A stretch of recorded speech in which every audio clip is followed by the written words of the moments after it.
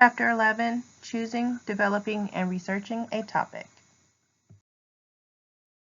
For Chapter 11, we are going to talk about knowing why you are speaking, choosing an appropriate topic, analyzing your audience, and knowing where to find information.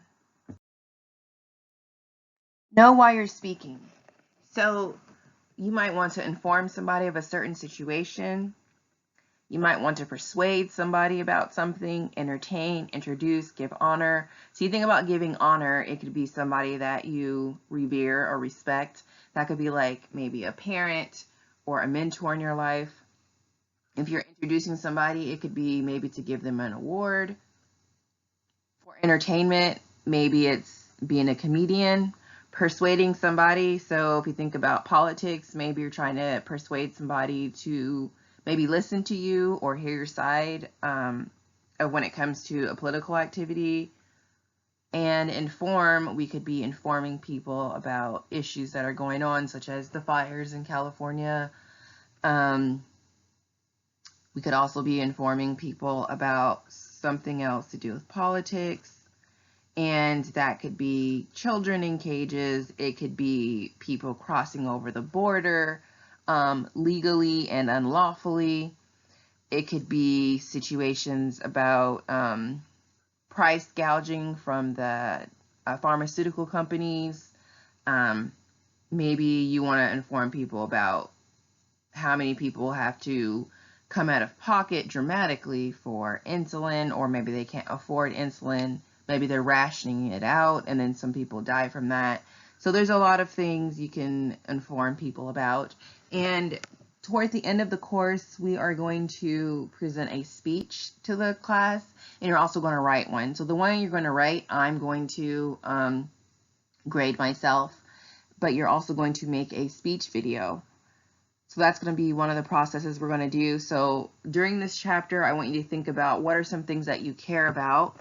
So that way, by the end of the course, you know that what you want to speak about. So speak to something that is true to you. I don't want you to just choose something that you might think I would like. I want you to choose something that you truly care about.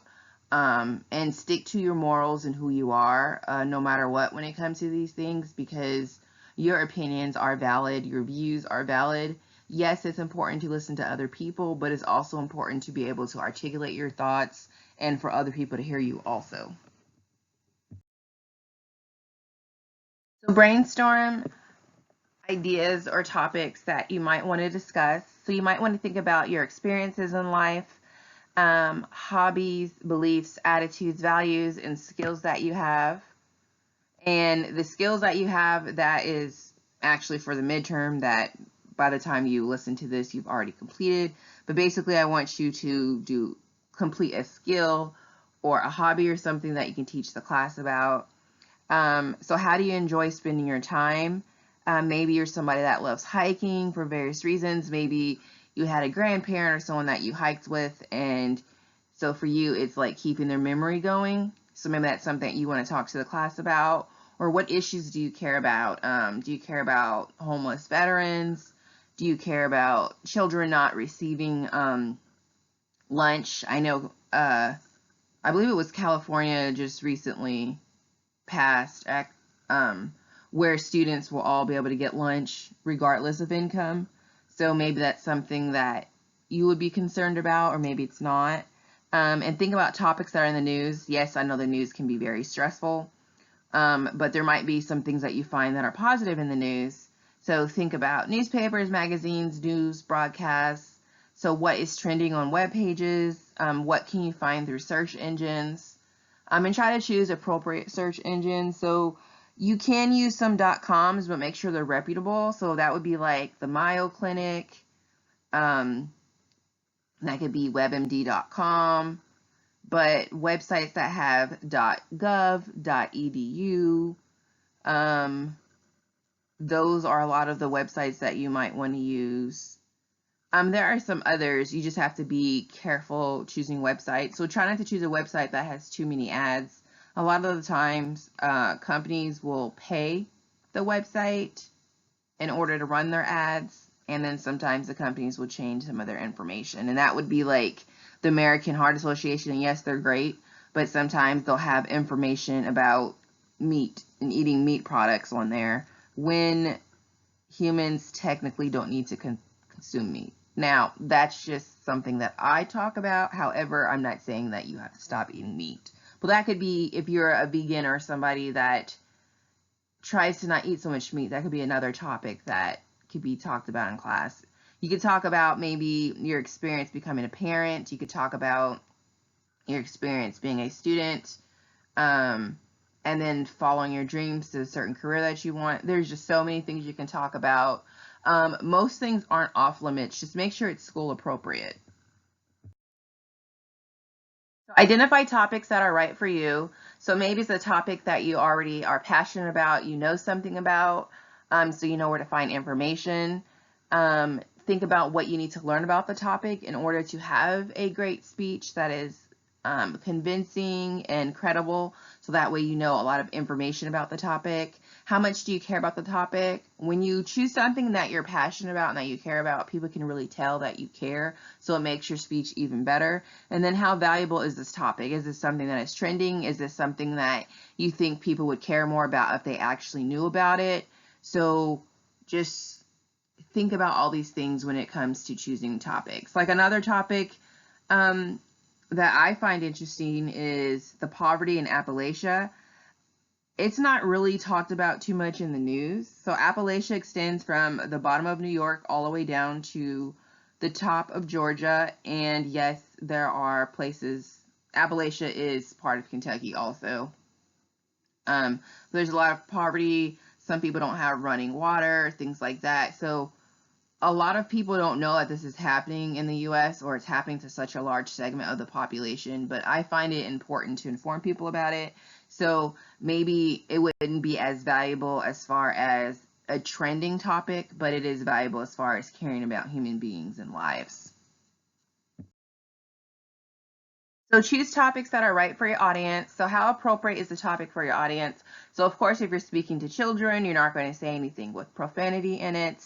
And how much will your audience care about the topic? And maybe you might think that it's something that they won't fully care about. However, when people hear your passion and how much you care about it, and you tie emotions to the topic, then that kind of gets people listening and paying attention.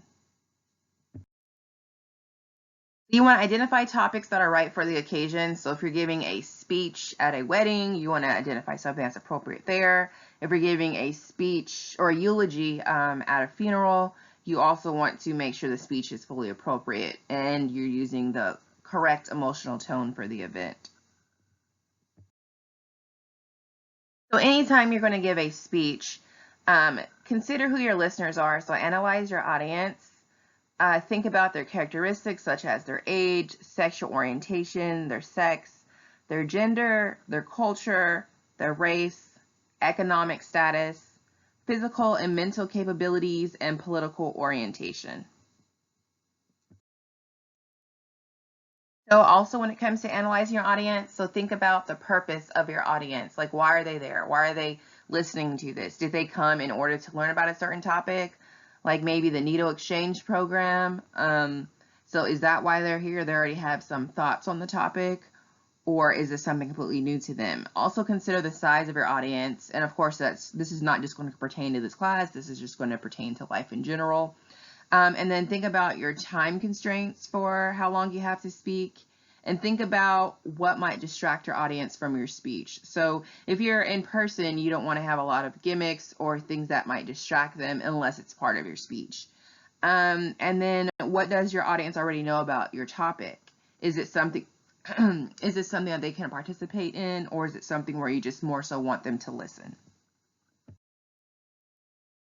So websites, you can use general search engines. These are some common search engines. I would have Yahoo there instead of Lycos, but maybe one of you know what Lycos is.